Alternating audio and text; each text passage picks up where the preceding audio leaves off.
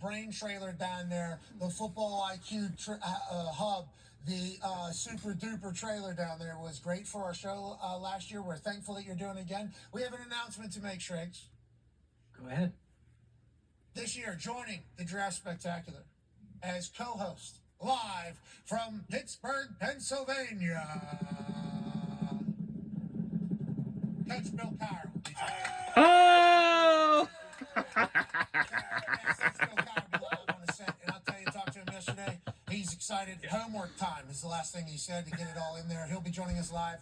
We're going to try to piece together the best draft coverage that we possibly can. We'll have some good times. There'll be some surprises. There'll be some spectacular things. Be a lot of good conversation. And hopefully we'll be able to give you an option to watch in a manner in which you're hanging with us, having a good time. We're going to have a good time while breaking the news and enjoying the next generation of NFL stars. Shregs, we appreciate the hell out of you. You are the absolute man. And also, AQ Shipley will be driving us, joining us, the Pittsburgh Kid. Can't wait for that. Ladies and gentlemen, you're the man. Peter Schrager. Yeah, Schrager. We're stacking it together a little bit. Draft spectacular. It's together. Coach Cowher's going to be amazing. Coach He's Cowher. going to be amazing. So the next Thursday, right after this, the Pat McAfee show will be broadcasting live from yesterday gave me an entire speech about the University. I'm sorry. Yes. Well, yes, the Pat McAfee show will also be live at the NFL draft the next Thursday on. You know, like growing up, obviously in Pittsburgh, right after this week. And the fact that he cares about me and us at all is a wild thing to think about. So anytime he opens his mouth, I'm listening. Anytime that jaw is bumping, I'm enthralled by what he's saying, and he's ready. I mean, he loves the draft.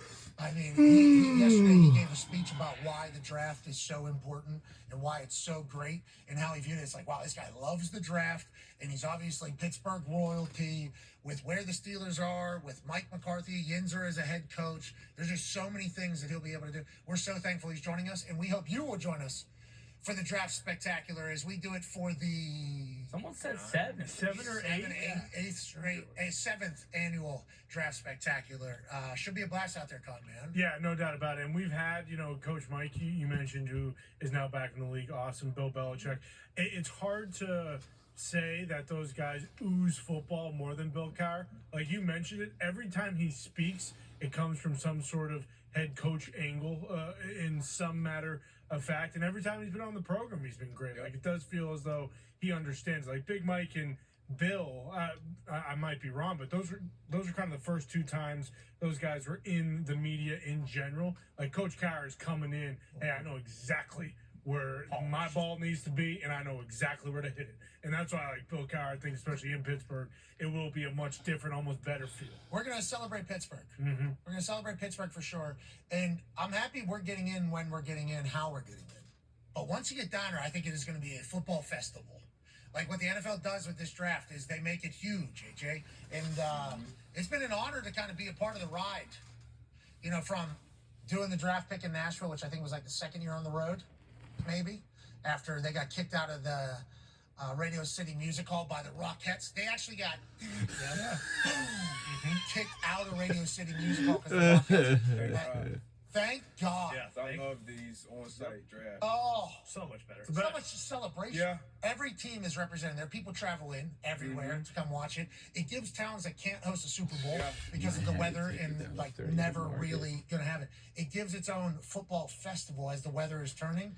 And I think it is spectacular. And I just love seeing even the behind the scenes where we have a dinner or something with the coach and just hearing all these different stories with the draft. And we had Bill in Detroit. Obviously, he never coached in Detroit, but just even how the fans loved him and interacted with him, and then seeing Big Mike back in Green Bay. I can't imagine the reception that Bill Cowher is going to get out in Pittsburgh. And then not to mention, obviously, Moon Township Hall of Famer, AQ, we're going to be in the house as well. I've been watching his out there in the shipyard, so I'm interested to see him. Obviously, with these big, we expect a lot of tackles to go, hearing his opinion on these guys. Yeah, it's kind of like it's the next season. Obviously, the Super Bowl's in February, but this is kind of the end of the football season. Like we always talk about, it's damn near August Hall of Fame game till the draft. Like it is the off-season Super Bowl, and of course the free agency and the technical league year and the combine and all that stuff. But the run itself of football, once the draft hits, I mean, we talked about it in the first hour, like NHL, NBA playoffs.